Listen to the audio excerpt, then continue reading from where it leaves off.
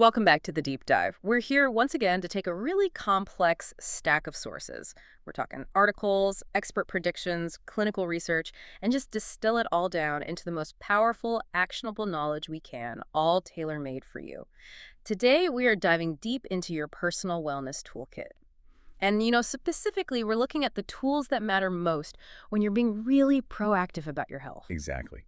We know so many of you are maybe strengthening your system or getting ready for a medical procedure. Or even navigating a tough recovery phase. And what you need in those moments are reliable, evidence-backed ways to manage things like stress, pain, and your focus. Yeah, your focus, which is so critical. And this deep dive is a little unique because it really spans both the internal world and the external world. The sources we've pulled together give us two very distinct but connected pathways forward. That's a great way to put it. The first path is entirely internal. It's about mastering your own neurobiology. We're going to deliver some evidence-based, really accessible techniques. Things like neurolinguistic programming and guided imagery. Right. These are methods that empower you.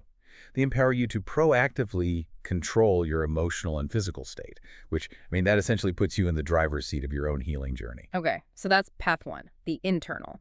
Path two is external. It's about understanding the future of the clinical systems that are there to support you.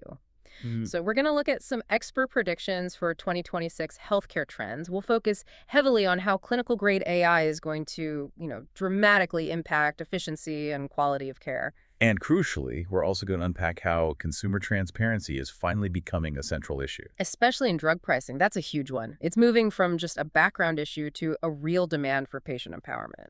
It is. So our mission today is really twofold. First, we equip you with that foundation for personal mastery, the mind-body connection.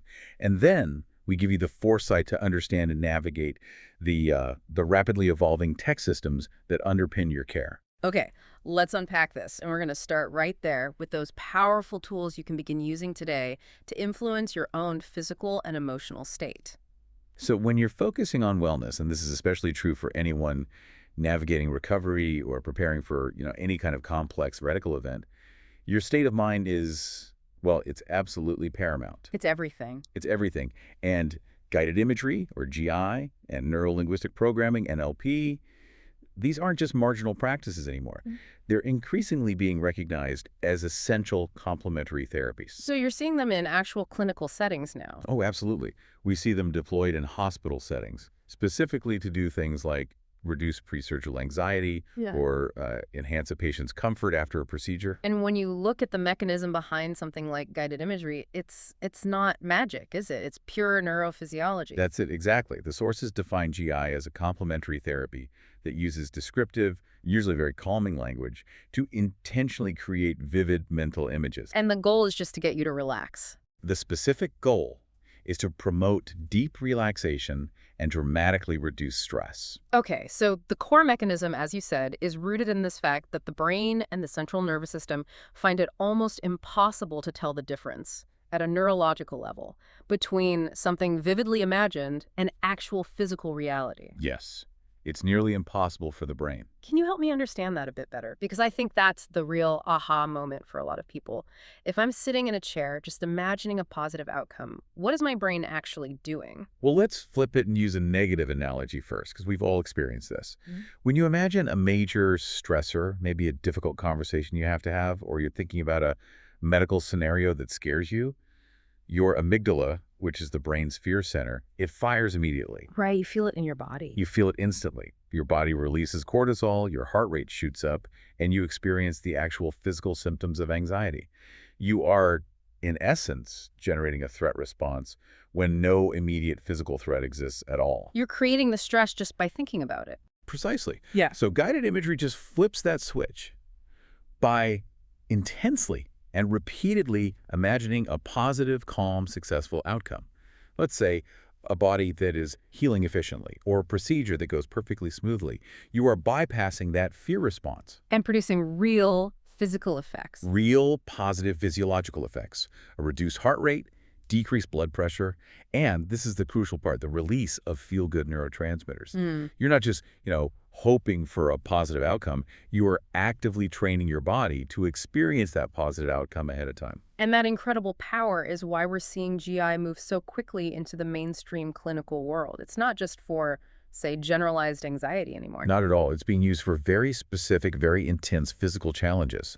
The sources we looked at cite its use to manage severe pain, for example, in postoperative orthopedic patients, Wow. or for individuals who are managing the chronic pain that comes with advanced cancer. It's just an incredibly versatile tool for holistic well-being. That brings us directly to neurolinguistic programming, or NLP. And I think this one often gets a bit of a bad rap, maybe because of some oversimplified self-help books out there. It really does. Okay. But at its core, NLP is a sophisticated, very strategic approach to, well, to engineering the mind. It sounds almost like a framework for personal software development. In a way it is. NLP posits a direct connection between three core things. Yeah. Your neurological processes, which is just how your brain functions. Okay. The language you use, which is both how you communicate with others and, more importantly, how you internally narrate your own life. That internal chatter. That internal chatter. And third, the acquired behavioral patterns, so the habits and the responses you've learned over a lifetime. The goal of NLP isn't just simple habit change. It's about strategically changing those core neurological and linguistic patterns to achieve very specific targeted goals. So that could be anything from improved focus, better sleep, or in this context, pain reduction. Exactly. And central to this whole framework are what the sources call states of being, the sort of internal environments we live in. The goal seems pretty clear. Maximize the time you spend in a resource state. Tell us more about what that state actually feels like. The resource state is that state where you are fully integrated, fully functional. All your personal abilities, your memory, your focus, your confidence, your positive energies, they're all readily accessible. So you're at your best. You're at your absolute best.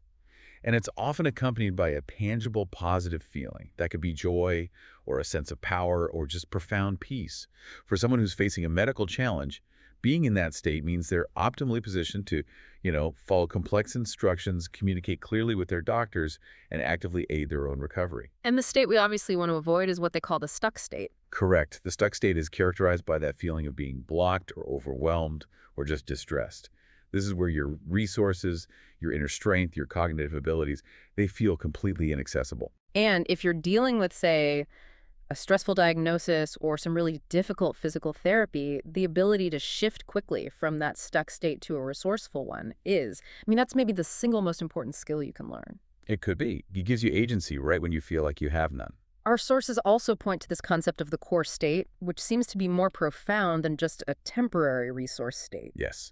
The core state is designed to be an enduring internal bedrock. It's a deep state of inner calm, a fundamental confidence, and a profound inner strength that doesn't just surface in a specific moment. It's your default setting. It becomes your default setting. It defines your underlying disposition.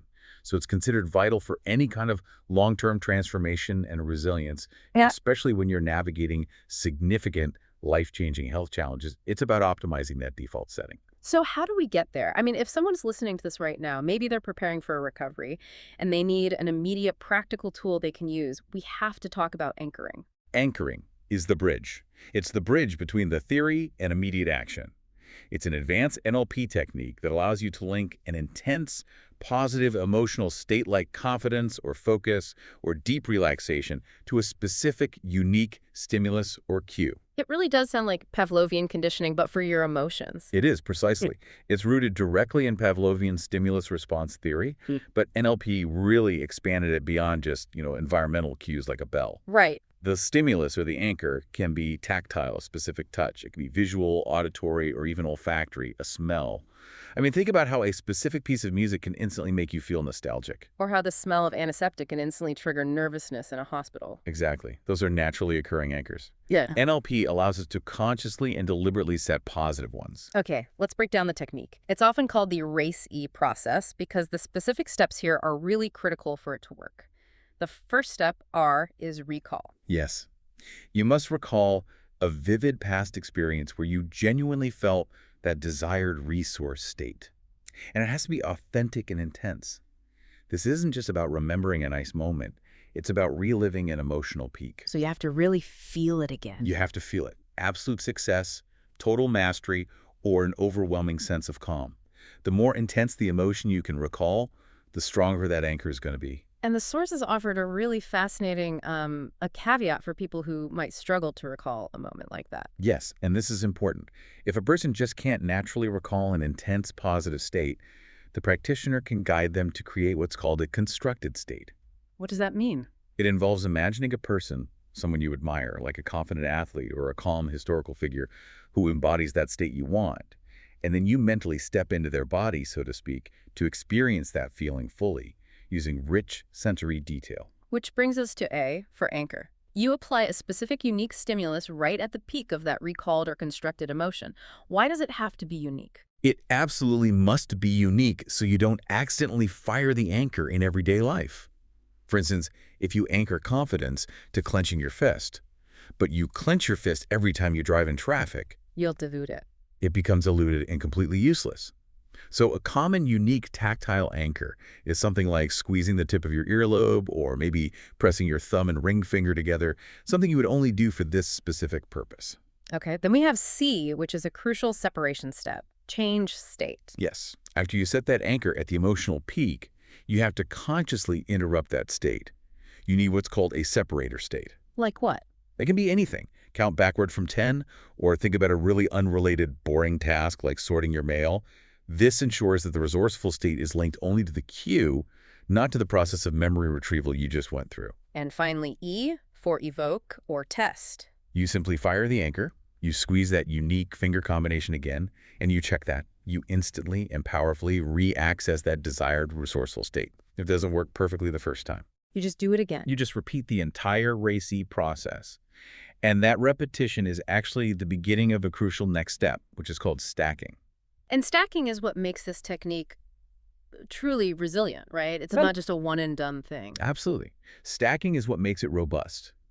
It involves linking multiple, intense, positive memories onto that single cue. It could be the same state, say, 3 different moments of feeling total confidence There are different or ones. complementary states. You could stack one memory of profound calm with another of intense focus, all onto that same finger pinch. By stacking, you reinforce the neurological link, making the anchor incredibly powerful. This ensures it works when you need it most, like right before walking into an important procedure.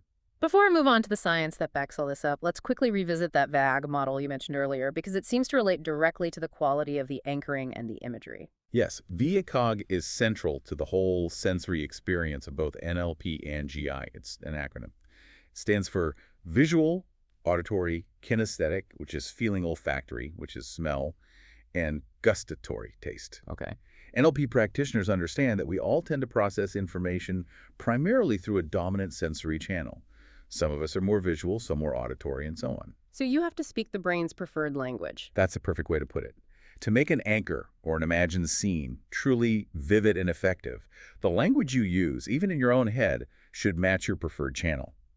If you're a visual person, your mind responds best to language that uses words like see, bright, clear, outlook. But if you're kinesthetic, If you're kinesthetic, you respond to words like feel, solid, pressure, heavy.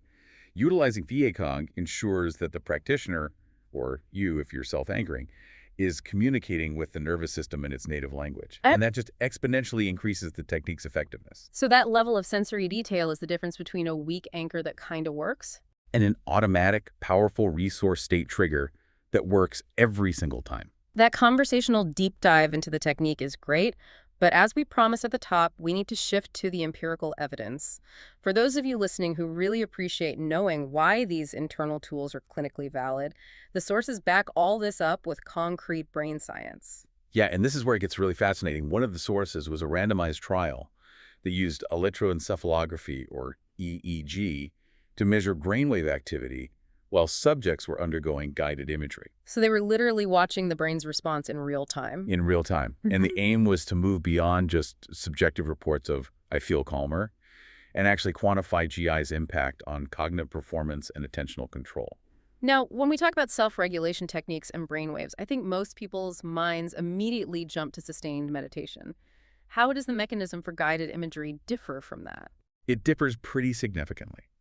While meditation often focuses on developing a kind of sustained, laser-like attention on one thing, the research suggests that guided imagery enhances cognitive flexibility and inhibition primarily by reducing the noise of stress and anxiety, Ah, so it's less about focusing on something. and more about clearing the path for efficient thinking. And the key neurophysiological finding was directly related to something called alpha power. What is alpha power and why does it matter that it increases during relaxation? Okay, so alpha brainwaves, they operate in the 8 to 12 hertz range, and increased alpha power is basically the brain signature for a state of relaxed wakefulness. You can think of it as the idle state of a powerful, finely tuned computer. It's on, it's ready, but it's not running a dozen stressful programs at once. It's ready for rapid task switching and optimal processing. Exactly. And the key finding from this trial was that the guided imagery group exhibited significantly higher levels of alpha power in the brain compared to the control group, especially during the deepest state of relaxation, which was usually around the 14-minute mark of the session. And that's a crucial indicator. It's a crucial indicator because it's directly associated with improved attentional control and faster information processing speeds. So the study confirmed that GI actively augments this brain activity, giving the person a quieter, more efficient cognitive foundation to work from. But the study wasn't content just to find a change in brain waves, was it? They wanted to see if that actually translated into real-world performance benefits. Right. Especially for tasks that require high-level cognitive function. The kind of function you need when you're trying to process complex medical information or manage your anticipation before a surgery? Exactly that. So they tested performance using two very specific attentional control tests. The first was the numerical Stroop task. Okay, what does that measure? It measures attentional inhibition, which is really the brain's ability to suppress irrelevant, distracting stimuli. When you're anxious, your brain is just flooded with irrelevant thoughts, and that severely impairs your ability to inhibit them. I can definitely relate to that. And the second test was the anti-saccade task. That task measures attentional shifting, so your ability to quickly and accurately shift your focus from one point of interest to another, which requires a lot of cognitive flexibility. Man, the results. The results were highly compelling. The GI group showed significantly lower error rates in both of those tests compared to the control group. Fewer mistakes, better focus. That's a really powerful finding, especially for our listener who might be, say, trying to absorb detailed discharge instructions from a nurse or weighing complex treatment options with their family. It is. And the mediation analysis they performed after the test confirmed the mechanism. The increase in alpha power acted as the reliable intermediary between the guided imagery intervention and the reduction of errors in those high-stakes cognitive tasks. So, in simple terms, the GI made the brain quieter, Higher alpha. which then allowed the brain to execute complex thinking tasks with fewer mistakes. That's it in a nutshell. The implication for you, the listener, is huge. Guided imagery works by neutralizing the cognitive interference, that mental static caused by anxiety-related thoughts. It essentially frees up your finite cognitive resources, enhancing your focus and improving your ability to absorb and act on critical information, especially during times of high stress. Okay, so beyond focus and cognitive function, we have to address the most immediate concern for so many listeners: physical pain management. The mind-body connection here moves beyond theory and into some, frankly, staggering data. It really is almost hard to believe. The research shows that the mere expectation of pain, just thinking about it, produces 40% of the neurological response of actual pain in the somatosensory cortex. Let me just repeat that. 40%. 40% of the feeling of suffering is driven purely by anticipation and fear before the actual stimulus even arrives. It's an incredible number, and that statistic alone completely validates the practical necessity of techniques like NLP and GI. This isn't just about quality of life anymore, it's potentially about accelerating recovery. Because you're knocking out a huge chunk of the suffering before it even starts. Exactly, by reducing that fear and at the same time increasing a patient's self-efficacy. Which is that personal conviction, right? The belief that you can actually do what's needed. Yes, that conviction that you can successfully perform the needed behaviors, whether that's managing anxiety or participating in tough physical therapy, these mind-body techniques can effectively eliminate that massive expectation-driven portion of suffering. And we have clinical outcomes that actually differentiate between the two modalities. We saw a study of open heart surgery patients that compared NLP techniques with traditional guided imagery. The results showed that the NLP group achieved significantly lower post-test pain levels. Which is fascinating because the GI group, conversely, reported higher overall post-test comfort levels. And this highlights a really crucial distinction. They might be targeting different aspects of recovery. That is a really interesting trade-off. If NLP means lower pain, but GI means higher overall comfort, how do clinicians even measure the difference between those two states? And, which one is actually more valuable for long-term recovery? Well, it probably depends on the specific phase of recovery you're in. NLP often utilizes techniques like changing the coding of the pain. What does that mean, the coding? So, for example, a practitioner might guide a patient to visualize their pain as, say, a sharp, red, spiky shape, and then mentally coach them to change it into a soft, cool blue cloud. This directly targets the sensation's intensity. Yeah, I see. Guided imagery, on the other hand, tends to target the entire physiological system. It reduces generalized tension and fear, which leads to that broader sense of comfort and well-being. Both are incredibly valuable. But the data suggests you might select NLP if acute pain mitigation is your number one challenge. Or you might choose GI if systemic relaxation and just general comfort are your main goal. So we've established how incredibly robust this internal toolkit is. But now we have to pivot to the systems that are there to support your health. The technology you use to manage your own mind is evolving so rapidly, and so is the technology supporting your clinical care. We're moving now to the external system, and we're looking at expert predictions for healthcare in 2026. And the overwhelming consensus among healthcare system leaders is that 2026 will be the year that clinical-grade generative AI, or Gen AI, transitions from an experimental tool to a core component of daily operations. So no longer a novelty. No longer a novelty. Nope. Experts are expecting Gen AI to become an essential tool. I'd call it a critical collaborator, embedded in the daily clinical workflow. I appreciate you saying essential tool rather than indispensable partner. That choice of words really clarifies the role. What does that essential support system actually look like on the ground? What are these promised efficiency gains? Well, the gains are really focused on leveraging AI's unique ability to process massive, disparate data sets almost instantaneously. So AI will automate the bulk of clinical documentation, the part of the job every doctor and nurse hates, the charting, Oh, by synthesizing patient-physician conversations into structured, compliant notes in real time. okay, that's a big deal for clinicians. It's huge. Furthermore, AI systems will analyze these enormous electronic health records to synthesize complex clinical notes before, say, a pre-op consult. They'll surface critical care gaps. For instance, noting that a patient due for surgery missed a mandatory pre-screening test, or maybe hasn't had a key medication adjusted in 6 months. So it streamlines the entire interaction and ensures that clinicians who are already so stretched thin can focus their limited time on the patient, not on the paperwork. That is the goal. Enhanced efficiency and quality, reducing clinician burnout, which ultimately, and this is the important part, benefits you, the patient, through better, faster care. But the rapid adoption of AI has created this massive immediate governance challenge. Oh, absolutely. And this is the issue of what's being called shadow AI. In 2025, driven by overwhelming workloads and staff shortages, we saw nurses and physicians starting to use unapproved, consumer-grade Gen AI apps. So like free tools on their phones. Exactly. Free tools they're accessing on their phones to draft letters, summarize research, or maybe even assist with a preliminary diagnosis. This is shadow AI. And the risk here is just immense, right? If you're using a consumer-grade tool for a clinical application, you lose all control over security and validation. The risks are profound. They include massive PHI, that's protected health information leakage, if patient data is uploaded to a non-HIPAA compliant server. They include bias amplification, if the model is trained on non-diverse data. And of course, the risk of unvalidated, inaccurate clinical outputs leading to harmful advice. So the 2026 prediction is that health system C-suites are going to be playing catch-up, basically, implementing these massive formal control structures. What do those structures actually entail?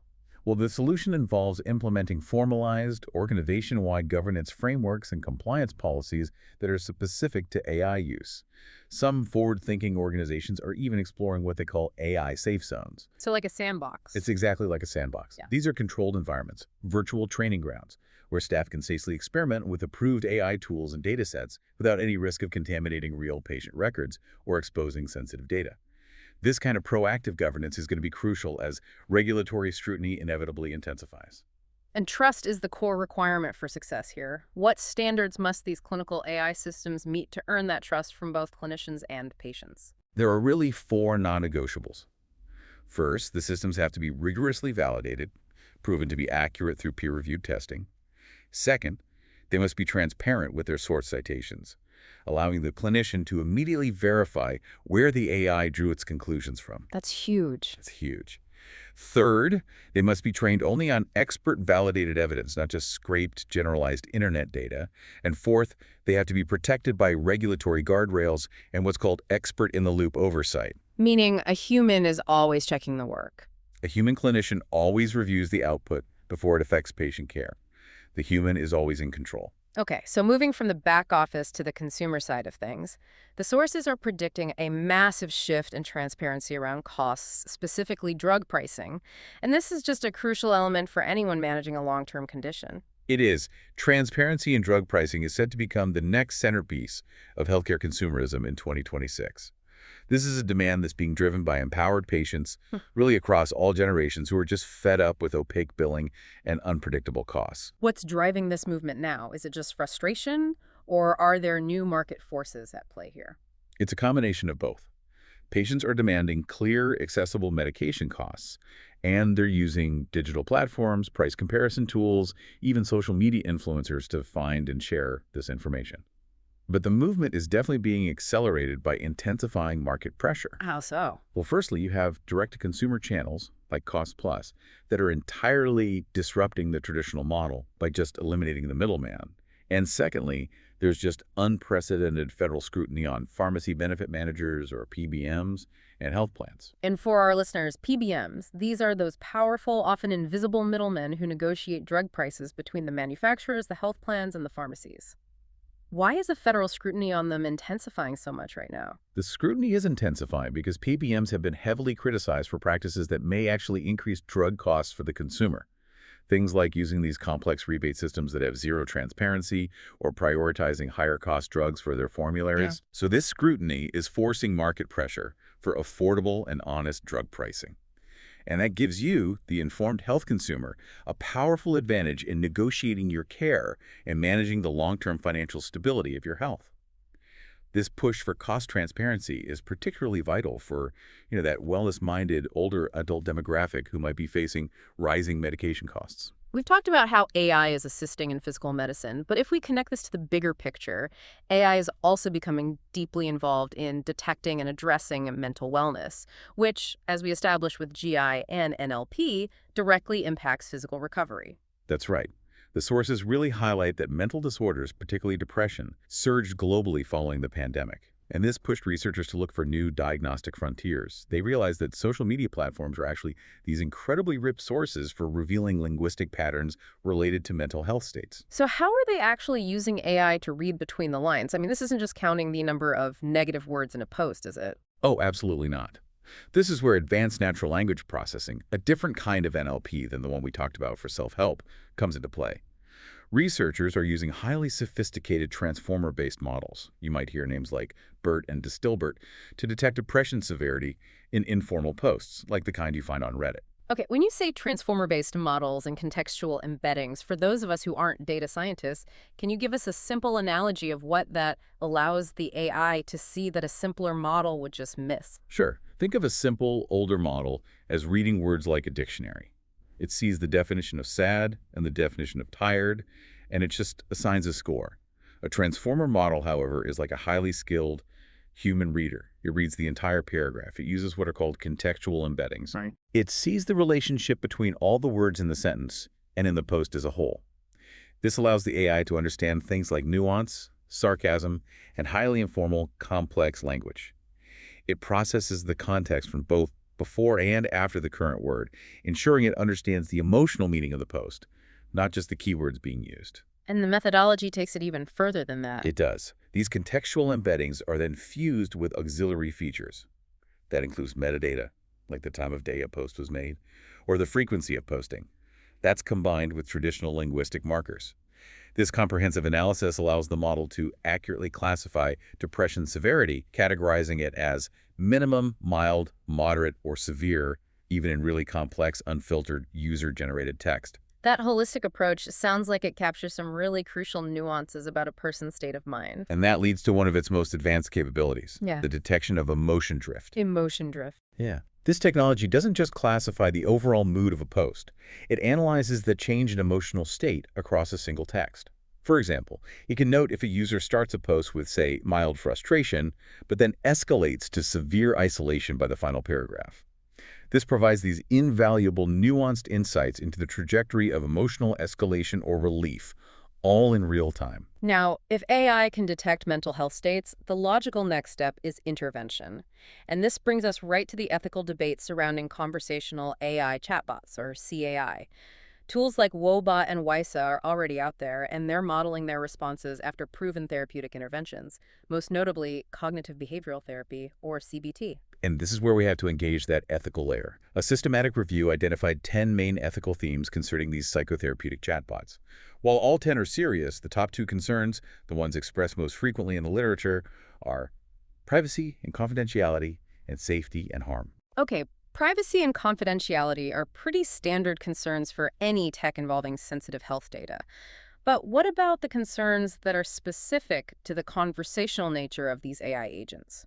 The worries there really center around the perceived lack of authentic human empathy, which is, a core component of any successful therapy.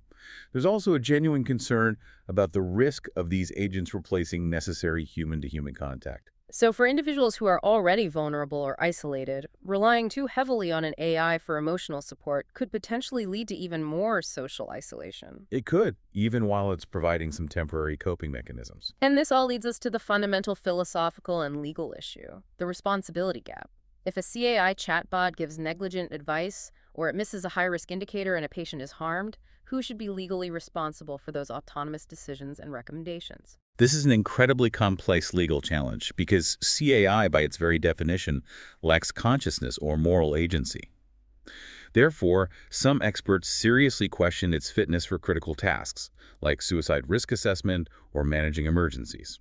Because if the AI is seen as an autonomous decision maker, the whole liability chain just breaks down. So, what's the current prevailing view on this? The prevailing view is that CAI must be strictly viewed as a tool.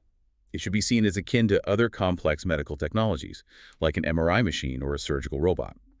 This stance is critical because it ensures that the humans, the programmers who trained the model, the clinicians who implemented it, and the health system that deployed it all remain accountable for the tool's output and its impact on patient safety. So, if we start dismissing the human responsibility, We risk adopting powerful technology without any of the adequate safeguards in place. we've covered a remarkable amount of ground today. I mean, from mastering the internal physiological shift using guided imagery and the strategic use of NLP, all the way to anticipating clinical-grade AI as an essential collaborator in your care by 2026.